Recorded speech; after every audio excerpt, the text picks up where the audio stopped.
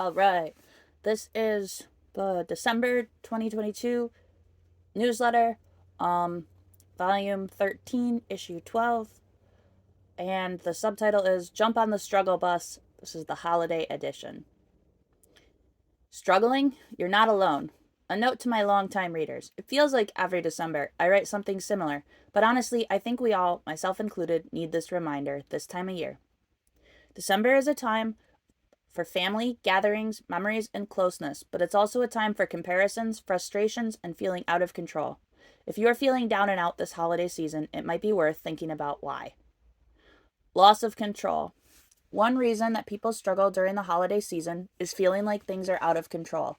This can be because of higher than normal demands on time, like gatherings, winter concerts, holiday parties, or because of family obligations, seeing family members that stress you out, not having enough time to decompress, etc., or because of making of expectations, putting up decorations, making special food, elf on the shelf, etc. This can reflect on piano in several ways. If you are feeling out of control of your life, you are more likely to find things that that you can control. This might show up as suddenly pushing piano practice at times it doesn't make sense, such as suddenly deciding your child needs to practice 30 minutes a day, or feeling the opposite, that you suddenly don't want to continue piano. It's normal to want to take control of the things that we can control at times that there is so much out of our control. However, making long term decisions like quitting piano or other things like buying a house, quitting your job, switching your child's school, or one regrettable Christmas season, I banned a child living with me from using a sled for the rest of winter during times of stress, can end with regrets that don't address the root problem. If you are feeling out of control, the first thing you can do is figure out why. The answer might surprise you. Maybe you feel like you're dreading the whole holiday season, but upon further contemplation, you realize what is really stressing you out is the idea of driving to your parents on Christmas. Even if you can't do anything about the obligation that is stressing you out, just knowing what it is will help you feel better. If a lot of things are stressing you out, that can help too. It almost can validate the feelings of stress to be honest with yourself about what's causing it. And obviously, if you can do something about what is causing you stress, then do it. But I'm aware that there are many obligations during this season that can't be avoided. For example, my mom used to get migraines after my holiday band concert. That wasn't something she was going to skip.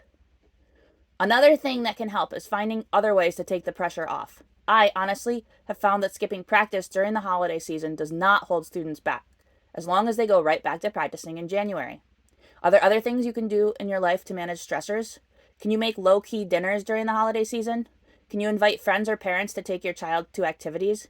Are there other things you can do to relieve the pressure? I also find it helpful to make a moratorium on big life changes this time of year, and other times of year that are stressful to me. This could look different for everyone, but it could mean no switching jobs, no moving, no getting pets, no quitting or adding activities. That's another side comment. That's another one I have found. People suddenly like start a bunch of activities so that they feel like they're in control. And that actually doesn't make you less stressed either. Maybe short term, like very short term. Anyway, another way this can affect piano is that parents suddenly have a strong interest in their child's progress. It is awesome to care what your child is working on and learning, but this is not the best time of year to suddenly become concerned with how many pieces they're learning. There's a couple reasons for this. One, how many pieces or where your child is in the book is not an accurate indicator of progress. Two, this is the time of year when I focus on teaching technique and other things, such as doing more sight reading, for very valid reasons, because these things are important. And three, it's an incredibly stressful time of year. It's best to not make it more stressful by ruminating on piano progress. I'm not saying this because I don't want people coming to me with concerns. Quite the opposite. Please feel free to come to me anytime, but I do want you to be aware of why these concerns are arising. I would also ask that you only come to me with concerns if you are in a place where you can hear my side. If you are so stressed out that you are unable to hear what your child is working on and the progress they've made and how best to support them, then please wait and come to me in the future, like maybe after the holidays. Lastly, while it is tempting to find other ways of asserting control, such as by implementing a complex practice routine, or non piano things like sudden new rules for your partner or for your parents, it's best to just find times to relax and enjoy the time with your family or alone time. If you really do need control, find something you can do for yourself: an exercise routine, fancy cooking. The next section: perfection. Another reason people struggle during the holidays is the pressure they feel to be perfect. Everywhere you look, families are making memories and having perfect holiday moments. Social media has only added to those feelings. Facebook and Instagram often don't show the whole story, just one moment of perfection. I'm definitely guilty for of wanting to create perfect moments. And while I don't do it for the likes, at least consciously, I still put a lot of pressure on myself to have perfect outings, from the outfit to the food and to the activities. This can reflect in piano in several ways. The feeling of searching perfection can spill over into lessons and practice, and you can suddenly find yourself raising your voice at your child for making a small mistake. I think one important thing to remind yourself over and over and over is to not compare your day-to-day life to someone else's highlights reel. Life is complicated. There's crying and vomit and sometimes screaming. It's gritty and raw, and sometimes that's what makes it beautiful. Sometimes it's ugly, though, and that's okay. Remind yourself that memories are made all the time, not just in perfect moments, but making cookies after wiping away the tears, eating burned pancakes, and watching movies because you're too tired to entertain the kids, or eating cereal for dinner because making dinner is too hard. In summary, this is a time of year when everyone struggles. If you're reading this and feel like it's weirdly directed to you, just realize it's because everyone has had a hard time this year. This is the time to relax on piano practice if needed, not stress about perfection, and not worry about progress. If we just focus on the positive, strive for real and not perfect, and just relax, we can have an enjoyable December and get ready to have an amazing 2023. Did you relate to this article? Do you suddenly find yourself more stressed this time of year? Are you more stressed about piano? What can you do to relieve your stress? How can you remind yourself to not compare yourself to perfection that you see on social media? Parent questions on term evaluations. If you requested a term evaluation for your child, please let me know the answers to the following questions for the section titled Parent Evaluation and Goals. The questions are: do you read the newsletter or listen to it? So you're already good if you are at this point. Do you watch lessons? Do you help your child with practice and practice from the assignment? Do you put on the CD? Do you attend in-studio events? Do you attend music events outside of the studio? This is like any like music events in your community, orchestra, solo piano, anything. Also, let me know how often you listen to the CD per week and how often you practice the full assignment with your child on average per week. Let me know what you feel you're best at doing, even if it's something small. Also, let me know what your goal is for yourself this term. Example, are you going to put on the CD more? Are you going to sit with your child and practice more? Lastly, let me know one specific goal you have for your child. I may be able to help you with this. It's best to have a reasonable goal. For example, saying finish book 1 when your child is on cuckoo will just lead to frustration. The most important part of this evaluation is actually the parent goal. It will give you something that you can work towards and feel good about. Please don't use the parent evaluation section as a chance to feel bad about yourself. Instead, focus on that one thing you can change. During your child's lesson, I will discuss with them what they did best this past term and what they need to work on, and help them make a reasonable goal for the November-February term. About a week after you answer the questions for me, you will receive the full term evaluation with your answers, your child's answers, and information from me.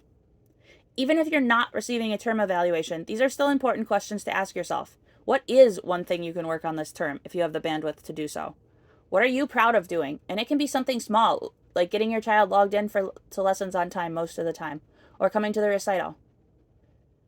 I should say, that doesn't mean that those things are small. Those are really big things, but I feel like sometimes people don't notice those things. I wish I'd worded it differently in the newsletter. Oh well. Next article: Songwriting, folk song performing, and song arranging competition. Lift School of Music and the Arts Are for All will be having a new competition this December. This competition is not something you should feel like you have to participate in, but a fun bonus for families looking for something extra to do during December. This competition will have 3 options, and students can participate in one or in all 3. Option 1, folk song performance. Students can learn a folk song, a Christmas song, or any folk song, and upload their best performance of it to be judged. Option 2, folk song arrangement. Students can arrange a folk or Christmas song in any way they would like. There are 2 subcategories here: video recording or sheet music. For either subcategory, students must present both the original folk song and their arrangements. Option 3, original composition. Students can write their own piece and either submit the sheet music or video recording of it. 2 subcategories. There will also be separate categories for solo piano composition, duet or piano ensemble, other instrument, other groups of instruments, piano with vocal, and then there may be other categories depending on what entries I receive. Students can enter up to 5 categories. Cost and awards. Entries are $3 each and include comments from a judge who has experience as a performer and as a composer. Students will also receive a certificate, and students will receive first, second, third, honorable mention, or participation ribbons.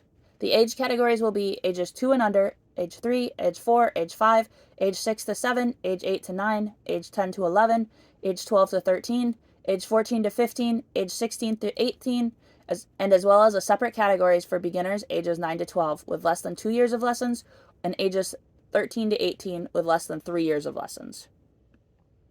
For adult age groups, there will be college non-major, college major, adult beginner with less than 1 year of lessons, adult intermediate, 1 to 3 years of lessons, and adult recreational, 3 or more years of lessons, but not a teacher or music professional. There's also a category for teacher and performer.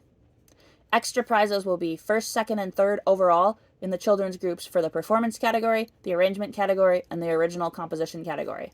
These winners will be for outstanding work. For local students, they will receive a trophy. There will not be any extra awards in the adult categories.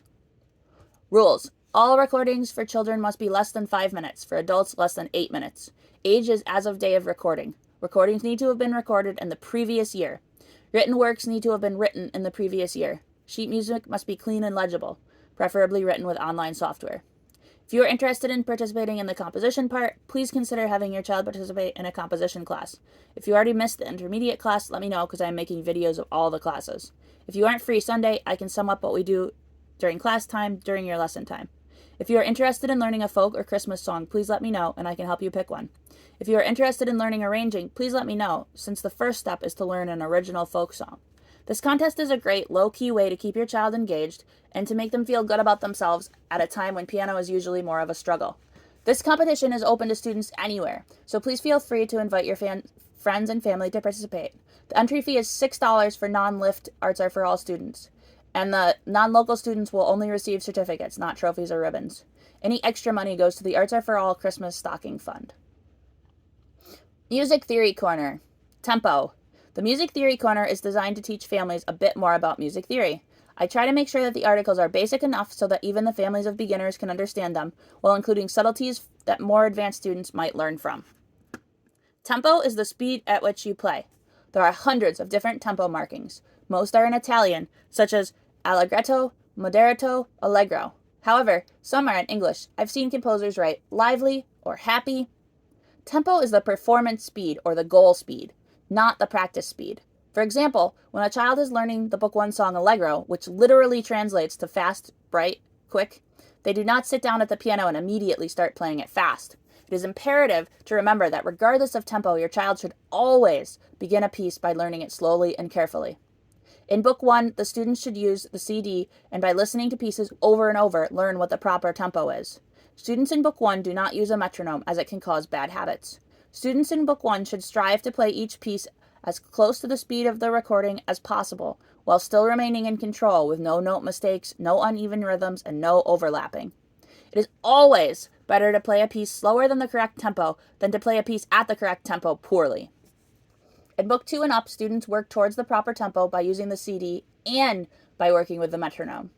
Each piece in Book 2 has a performance speed which the student has to reach before they move on to the next piece. In Book 2 and up, as well as in some pieces in Book 1, there is a tempo marking. Tempo markings are at the top left of the music. A composer uses them to tell the performers a range that constitutes the proper performance speed. Check out the marking example below with a tempo marked Allegro. So it says Allegro, and then right below it, on the upper left, and then right below it is the music, which happens to be Happy Birthday. Sometimes, especially in more modern music, the composer writes a specific speed next to it, or in place of it, such as beats per minute 130, or mm 130, or quarter note equals 130. When a composer does that, it means there is not a range of tempo, and they have a very specific idea of what speed you should play their piece. Check out the example below with a tempo marking indicating that quarter note should be played at 145. In the example, it has a picture of a quarter note, equal sign, then 145 on the upper left of the music. Below, on the next page, is a list of different tempos with their translation and the beats per minute they should be performed at. Read them out loud to your child and familiarize yourself with these vocabulary words. Even if your child is not yet in Book 2, you can practice clapping to an online metronome at different speeds and discuss what they mean. There are many more options for tempo than those on this list. That's why Googling tempo is a valuable resource that you should never forget to use. Whenever your child starts a new piece, they should Google the tempo so they know the goal speed. Don't feel bad about having to Google. Even I find myself Googling tempos. There are far too many for someone to memorize. However, some tempos you should familiarize yourself with is Adagio, Largo, Moderato, Allegretto, Allegro, Vivace, and Presto. All right, so I'm going to read what the tempo is called, what it means, and then the beats per minute. So grave is very slow. It's 25 to 45 beats per minute. That's incredibly slow. Often that's slower than the metronome will even go. Largo is slow and broad. The beats per minute is 40 to 60. Lento is slow, 45 to 60 beats per minute. So just a little not as slow as largo, but almost exactly the same. Adagio, slow with expression. It is 66 to 76 beats per minute. Andante is walking speed. It's called walking speed, but it's more of a slow walking speed. It is 76 to 108. Moderato means moderately. That's an easy one to remember. It's 108 to 120. Allegretto, moderately fast, 112 to 120. Allegro moderato, slightly slower than allegro, 116 to 120. Allegro, fast, quickly, brightly, 120 to 156. Vivace, fast and lightly, 156 to 176. Allegro vivace, very fast, 172 to 176. Presto, extremely fast, 168 to 200. What did you learn? What tempos have names that are easier to remember? Focus on a Book 1 piece, Cuckoo Right Hand. This article is designed for parents of students in Book 1. Primary piece, purpose of piece. This piece works on finger strengths by being full of skips. The cuckoo sound, which is meant to sound like a bird, has students moving quickly from pinky to middle finger, skipping finger 4. While difficult, this strengthens the student's hand tremendously. It is imperative that the student makes these skips by keeping a soft and relaxed hand. How hard is it? 3 out of 5 stars to play properly. Average time it takes, if you practice with your child, 1 to 2 months to play properly. Cuckoo will teach your child to play a piece in 3/4 time. Holding long notes for 3 beats instead of 4 is important to remember in this piece. Using gentle phrasing, the cuckoos are strong, and then you get slightly louder in line 3, and the ending gets softer. Memorize and play a song not in ABA or ABBA form. So this piece doesn't have a beginning, middle, middle, beginning, or beginning, middle, beginning. Work on half note, quarter note rhythm, holding a note for 2 beats and then holding the next note for 1 beat. Focus on a Book 2 piece, Minuet in G. It's in G minor, so the G is lowercase. Reminder, read this section if your child is in Book 2 or in the middle end of Book 1, or maybe save it if your child is at the beginning or middle of Book 1. Primary purpose of piece. This piece is meant to be easier than Book 2 and also teaches students to play in a minor key, which sounds sad. How hard is it? 1.5 out of 5 stars. Performance speed with the metronome, 88 to 108 for the quarter note. Average time it takes you to learn if you practice with your child, 1 to 3 months to performance level with proper practice. Other things this piece teaches. This piece is slow and more open. It requires a good sound. Students should listen carefully as they are practicing to make a good tone and give the song a sad feel. There is also some phrasing required in this piece. For example, there are quiet endings. When things are repeated, such as the scales in the right hand in the middle, each scale gets louder. This piece is designed to be easier. Firstly, it is to give students a break from working so hard on Minuet 2. Secondly, so that students can focus on their good tone and playing a piece in a minor key. Next article, composition class. I really enjoy teaching composition. I think it's something that keeps kids engaged in learning and teaches music theory and sight reading at the same time. I offered many class options last month, but I only had enough students to make a class for intermediate, which was Book 2 and 3 students. If you missed registration for that, please let me know. The first class was today. Well, I mean like 2 days ago, now that I'm finishing the newsletter. And I videotaped it so that students can watch the video and catch up. There are 2 remaining classes for intermediate sight reading. Please let me know if you would like to register your Book 2 and 3 student for them. Students in this class are writing pieces for the composition contest and a piece for the arranging contest. I will be having a one-time class for students in Book 1, ages 8 and older. This class will be on December 18th from 3:10 to 3:30 on Zoom. Students will write 1 short piece that they can then enter in the composition contest. There will be another class for students in Book 1, ages 7 and younger. This class will require parental supervision and will be from 4:30 to 4:45 on December 18th. Students will write 1 short piece that they can then enter in the composition contest. Please RSVP for any classes by December 10th. If there are any advanced students, Book 4 and up who are interested in classes, please let me know and I can schedule one. All of these events are free. Depending on any feedback, I may run more classes in 2023. I have such a great group of families. I feel like group classes are super beneficial when I have such engaged and active students. I could also run a music history, sight reading, music theory, pop music, or any other kind of workshop people are interested in. Just let me know. December listening contest. Every December, there's a completely optional contest. The first few years I ran it, it was a contest for twinkles. Now that families have been much better about practicing twinkles, I've switched to a listening contest.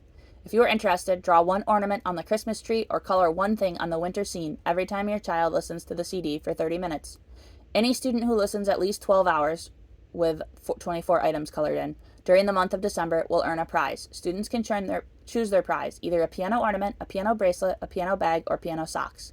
Additionally, the top listeners from each studio will receive an extra prize.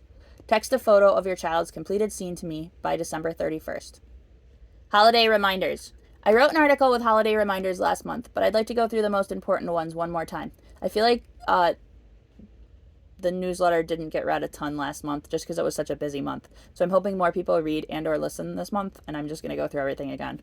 Please try to keep the piano environment as stress-free as possible. This includes not putting ornaments on the piano and attempting to keep piano out of line of sight for holiday activities, especially during practice or lesson. Remember, it's okay to miss a lesson if you're sick, burned out, or have family over. If you do have a lesson while something else is going on, such as in the middle of a Christmas movie night, or while you're making cookies or have family over, remember that your child may not do their best and may grow to resent piano.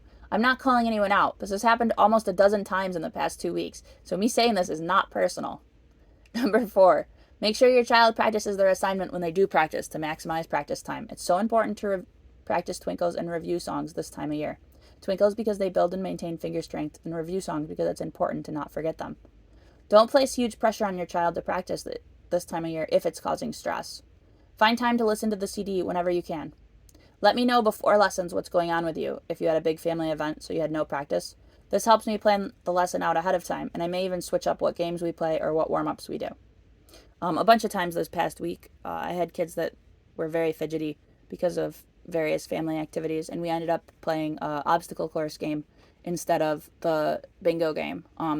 It happened probably almost like half of my students, honestly. So if your child played the obstacle course game over the bingo game, just know that that's why. Listen to your CD whenever you can find time. Oh, I already read that one. Remind your child before lessons to try to have the best attitude ever. Many students are not able to have good lessons even without practice. Are able to have good lessons even without practice by remembering to work extra hard during the lesson. I used to frustrate my mom by having good lessons with no practice because then I'd pay attention extra hard during the lesson. Remind yourself that the holiday season will be over soon. Enjoy the moments while you can and expect to get back to a more focused practice experience in January. A note on the podcast. For the past 2 podcasts, I tried really hard to simply read the newsletter as it was written to make it fair to people. I've decided that it's easier for me and maybe my listeners too to have extras. So from now on, the podcast version of the newsletter may have small pieces of extra information and or extra comments. If you choose to listen, you might have bonus comments. Let me know if you like this new podcast style or if you want me to go back to just reading the newsletter. All right, and then it has a schedule reminder and upcoming events. All right, guys, let me know what you think. Hope you enjoyed it. Have a good holiday season.